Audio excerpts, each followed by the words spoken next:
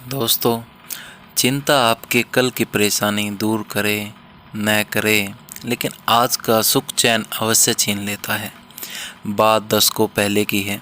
गुजरात के एक शहर में एक वकील साहब पत्नी के साथ रहा करते थे।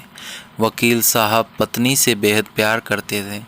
एक पेशेवर के रूप में उनकी बहुत इज्जत थी और वह अपने केस के लिए न्यायालय में जी जान लगा देते थे। एक बार उनकी पत्नी बेहद बीमार पड़ गई। डॉक्टर ने कहा उनका बड़ा ऑपरेशन करना पड़ेगा। इत्तेफाक से जिस दिन पत्नी का ऑपरेशन था उसी दिन दूसरे शहर के एक बड़े कोर्ट में केस की सुनवाई की तारीख थी। वकील साहब ने एक वकील मित्र को बुलाया और कहा, मैं पत्नी को छोड़कर कहीं और नहीं जाना चाहता, इसलिए तुम जाकर आज के इस केस में बहस कर लो। यह सुनकर वकील साहब की पत्नी ने कहा, यह आप क्या कर रहे हैं? यदि आप नहीं गए और किसी बेगुनाह को सज़ा हो गई तो मैं स्वयं को माफ़ नहीं कर पाऊंगी। मैं ठीक हूँ, डॉक्टर साहब ऑपरेशन कर ही देंगे। आप जाइए और कोर्ट में अपने केस की बहस कीजिए। पहले तो वकील साहब तैयार नहीं हुए, लेकिन पत्नी की जिद के कारण आखिरकार दुखी मन से ही लेकिन वह दूसरे शहर कोर्ट के लिए रवाना हो गए। मुकदमा शुरू हुआ। वकील साहब बहस करने लगे।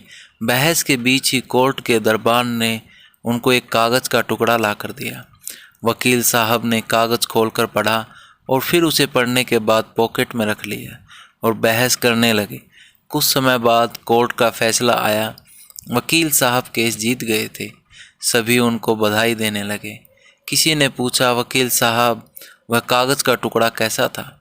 वकील साहब बोले, दरअसल वह टेलीग्राम था। अभी कुछ समय पहले मेरी पत्नी की मृत्यु हो गई है। वकील साहब का जवाब सुनकर वहाँ लोग स्तंभ रह गए।